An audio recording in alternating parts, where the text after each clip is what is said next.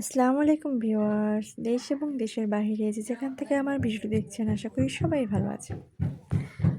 তো সকাল সকাল বাবা একটা কুরাল মাছ নিয়ে এসেছে।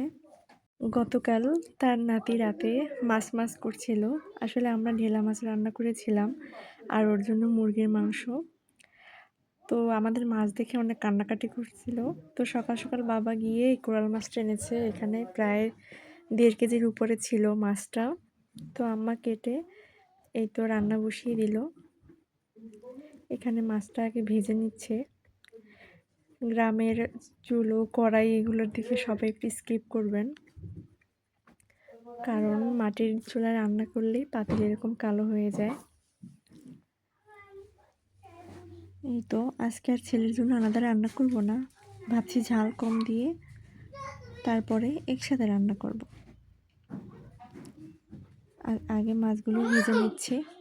আমার ছেলে খেলা করছে, আবার কিছুক্ষণ পরে পরে এসে দেখছে আমি আছি কি না, মোমো করছে। এই তো এখন ওপাশটা ভেজে নেব। এবারে বসিয়ে দিলাম।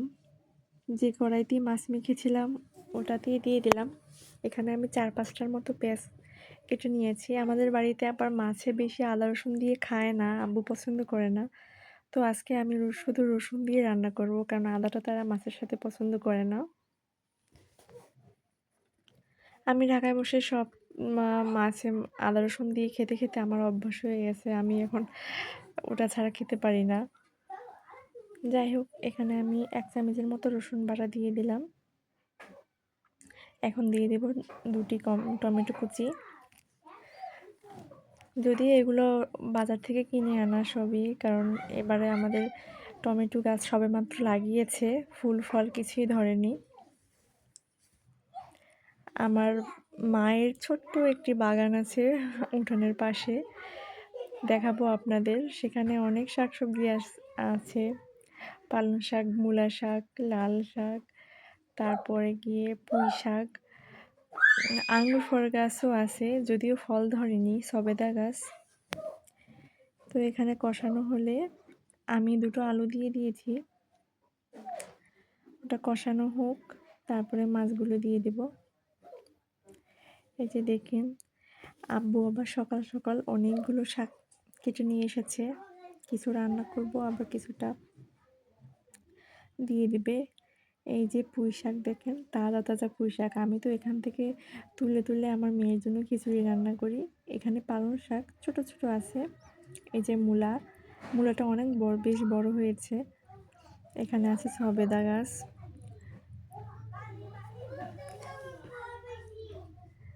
এই যে দেখেন লাল শাক, যদিও আমরা লাল শাক অনেক উঠিয়েছি। আবার চালে অনেকগুলো লাউ হয়েছে, গোয়াল ঘরের চালে। গ্রামের বাড়িতে এই একটা শান্তি, সব তাজা তাজা পাওয়া যায়। এই যে ঘরের পাশে শাক, এটা বেগুন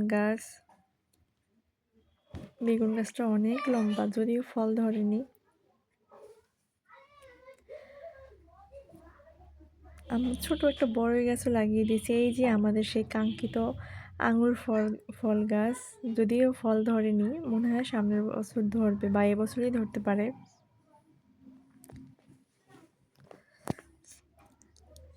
এখানে পাশে একটা মিষ্টি কমলা গাছ আছে, এই যে অনেকগুলো কমলা ধরেছে এখানে। তো ওইদিকে আলুটা সেদ্ধ হয়ে গিয়েছে, এবার মাছগুলো দিয়ে দিলাম। মাছগুলো আম্মা একটু কড়া করে ভেজে নিয়েছে। আসলে এটা এত কড়া করে না ভাজলেও হয়। দিয়ে দিক আস্তে আস্তে। আসলে গ্রামে সব কিছু ফ্রেশ পাওয়া যায়, ভালো লাগে, পেট ভরে ভাত খাওয়া যায়।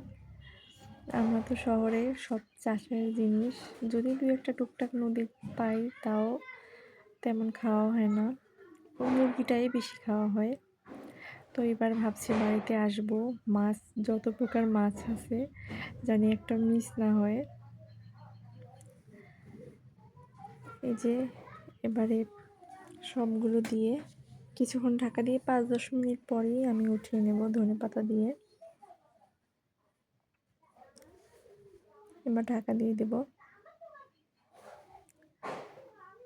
এই তো হয়ে গিয়েছে। আমার ভিডিওটি ভালো লাগলে চ্যানেলটি সাবস্ক্রাইব করুন।